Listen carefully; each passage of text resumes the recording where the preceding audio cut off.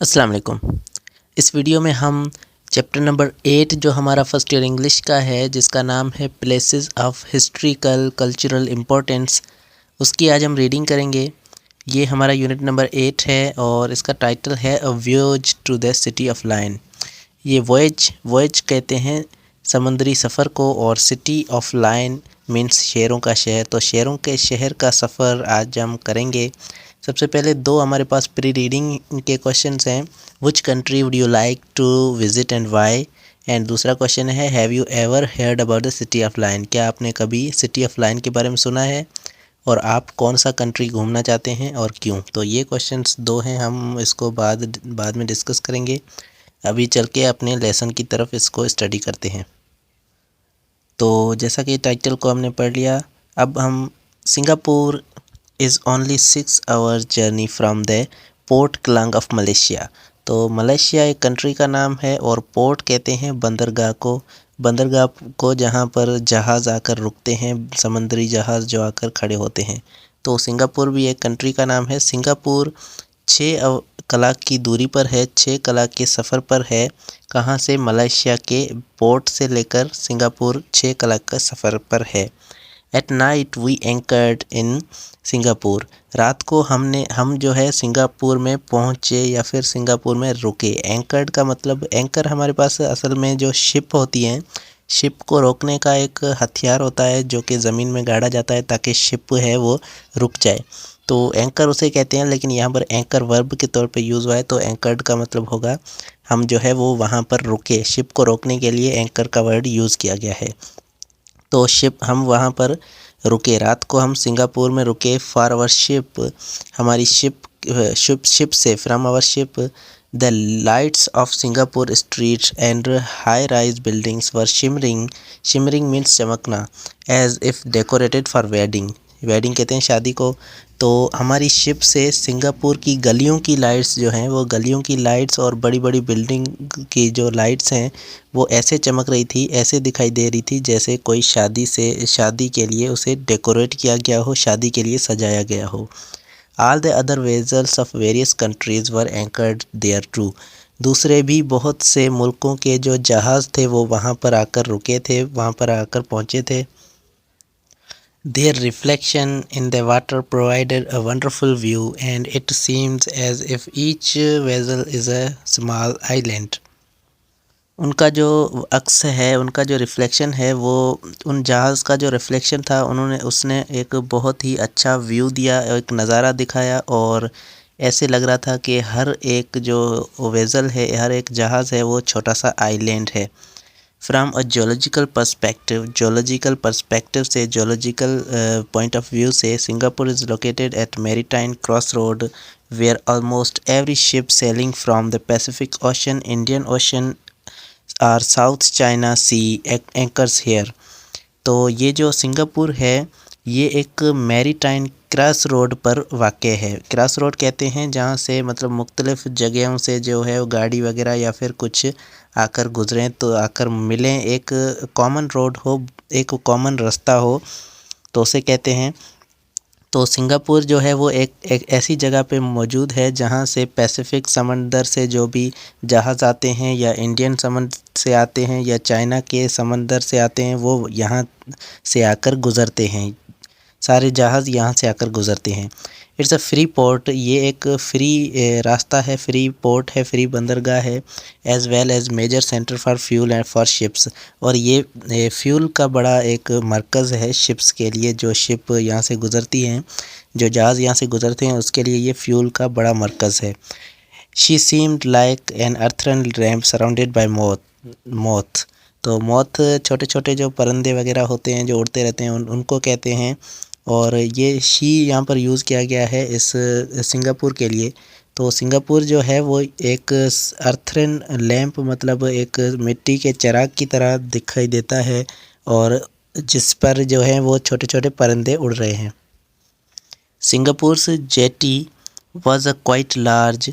तो सिंगापुर की जो जेटी है, जेटी कहते हैं मतलब कोई भी अगर आइलैंड है, आइलैंड किसे कहते हैं, एक जो हमारे पास क्या कहते हैं, एक ज़मीन का टुकड़ा है जो चारों तरफ जिसके पानी है, और यहाँ पर इसका जो किनारा है उस किनारे पर जो है वो पत्थर का किनारा बना हुआ है, उसे कहते हैं जेटी।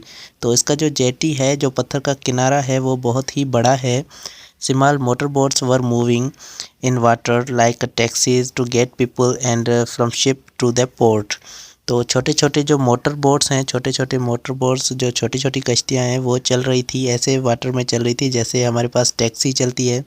तो ऐसे टैक्सियाँ चल रही थी और ऐसे ही मोटर बोट्स चल रही थी, और वो क्या कर रही थी, लोगों को शिप से लेकर पोर्ट तक पहुंचा रही थी, किनारे तक पहुंचा रही थी। As soon as सच टैक्सी कम नियर, जैसे ही कोई टैक्सी या फिर कोई मोटर बोट पास आती, इट वॉज हेल्ड, उसे खुशामदीद किया जाता है, एंड फेयर वॉज हैगल्ड, और उससे किराया जो है वो कम ज़्यादा कराया जाता है, बार्गेन किया जाता है। उसके बाद नेक्स्ट पेज पे आते हैं। यहाँ पर हमारे पास एक दो तस्वीरें हैं सिंगापुर की, ये आप देख सकते हैं। आगे चलते हैं। Singapore is a small island country, ये एक स्मॉल आइलैंड कंट्री है। आइलैंड मतलब जिसके चारों तरफ पानी हो, तो ये एक आइलैंड कंट्री है। The largest inland river is only 9 miles long, इनकी जो लार्जेस्ट रिवर है इसकी वो 9 मील बड़ी है। विच फ्लड्स इन सी, जो कि समंदर में बहती है। The river was filled with huge boats and barges, जो रिवर है, वो जो नदी है, वो बड़ी ज़्यादा बोट्स और बार्जेस मतलब नाव वगैरह कश्तियों से भरी हुई होती है। Cargo was loaded into the trucks, cargo कहते हैं ऐसे बॉक्सेस जो बड़े बड़े होते हैं जिसके अंदर सामान भरा जाता है।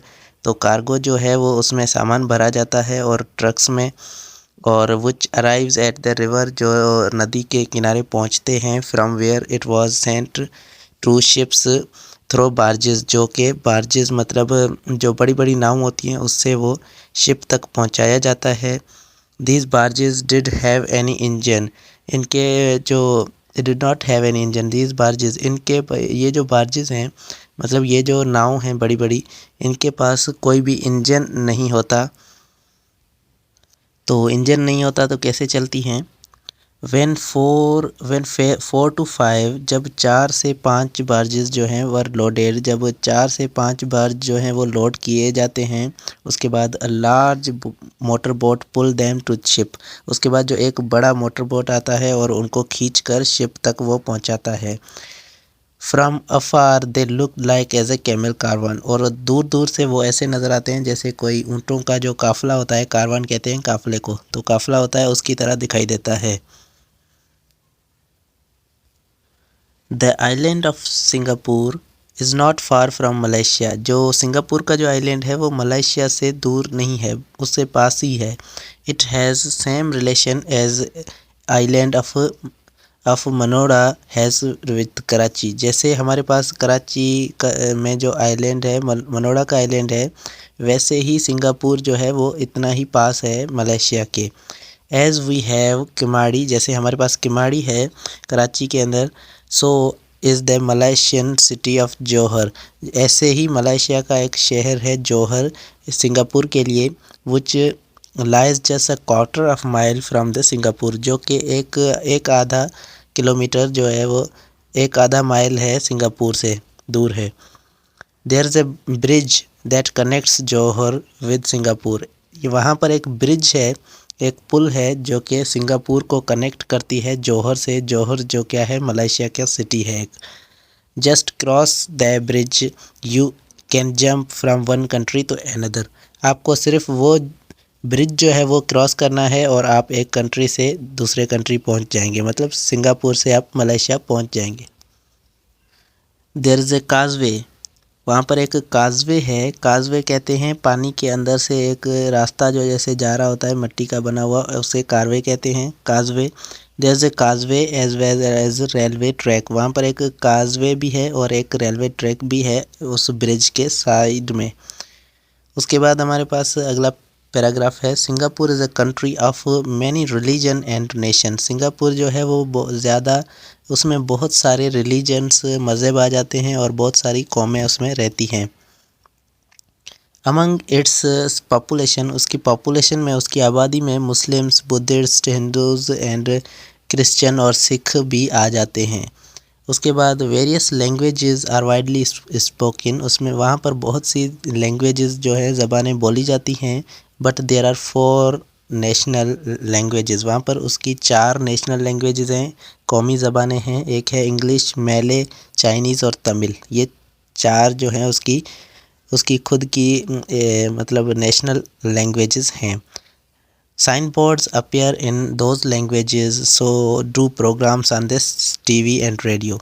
साइन बोर्ड्स कहते हैं ऐसे जो इशारे वगैरह लगे होते हैं, जो बोर्ड वगैरह लगे होते हैं दीवारों वगैरह पर, तो उसे साइन बोर्ड कहते हैं। वो जो हैं वो इन्हीं लैंग्वेजेस में लिखा हुए होते हैं और टीवी और रेडियो के जो प्रोग्राम हैं वो भी इन्हीं लैंग्वेजेस में चलते हैं।